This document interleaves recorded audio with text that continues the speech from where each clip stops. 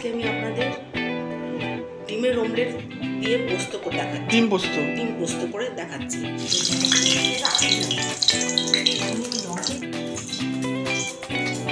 রসুন আর পেঁয়াজ কাঁচা লঙ্কা পেস্ট করে রেখেছি। পরিমাণ মতো নুন দিয়ে দিলাম, আর হলুদ দেবো কম, পোস্ত তো তাই কম হলুদ দেবো।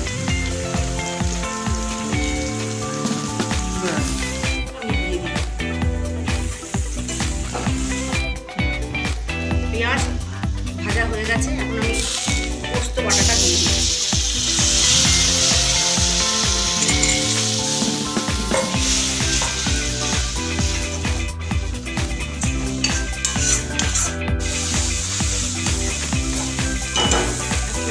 একটুখানি জল দিয়ে দিচ্ছি, অল্প একটু জল।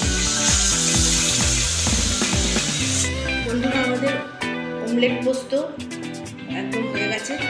দেখুন সুন্দর রং কালার এসছে কিরকম। খুবই সহজ পদ্ধতিতে রান্না, খেয়ে দেখবেন, এভাবে বানিয়ে খুব ভালো লাগবে। কেমন হয়েছে জানাবেন, সাবস্ক্রাইব করবেন, লাইক করবেন। অমলেট পোস্ত হয়ে গেছে, গরম গরম ভাতের সাথে।